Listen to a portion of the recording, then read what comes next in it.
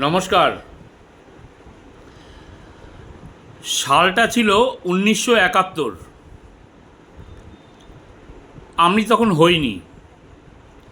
আমার বাবা, আমার দাদু এদের মুখে শুনেছি 1971 সালের ভয়াবহ দিনগুলো। ওনারা বলেছে, ওনারা বাংলাদেশে ছিল তখন, যখন বাংলাদেশ আর পাকিস্তান আলাদা হয়। সেই সময় বাংলাদেশে হিন্দুদের ওপর যে পরিমাণে অত্যাচার এই মুসলিমরা করেছিল, সে অত্যাচারের বর্ণনা আমি আপনাদেরকে বোঝাতে পারবো না। আমি তো শুনেছি, আমি দেখিনি, তাতেই আমার গা শিউরে উঠছে যে কি পরিমাণে ওরা অত্যাচার করেছে এই বাংলাদেশিরা।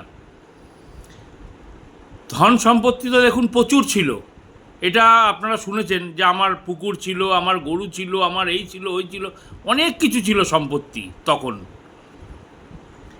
সব ধন সম্পত্তি কিন্তু ওরা নিয়ে নিয়েছে, সব নিয়ে নিয়েছে।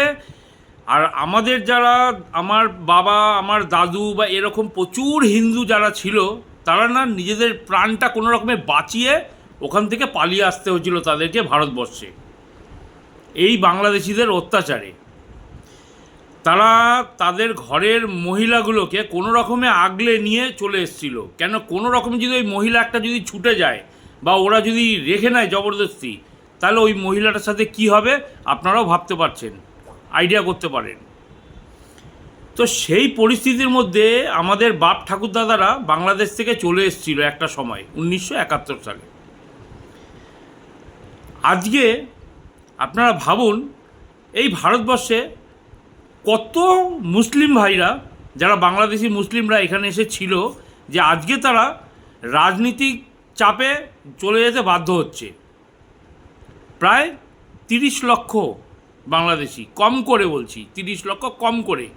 এরকম প্রচুর এখনও আছে যারা ভারতবর্ষে ছড়িয়ে আছে বিভিন্ন প্রান্তে। তো যারা আজকে চলে যাচ্ছে, আপনারা ভাবুন, তারা কিন্তু মাথায় করে বোঁচকা নিয়ে তাদের যা ছিল লোটা কম্বল নিয়ে যাচ্ছে ফেরত। আপনি দেখবেন একটা হিন্দু কিন্তু তাদের সঙ্গে কোনো রকম খারাপ ব্যবহারও করছে না, বা তাদেরকে একটা কোনো বাজে কথাও বলছে না, কোনো রকম অত্যাচার কিন্তু তারা সহ্য করছে না।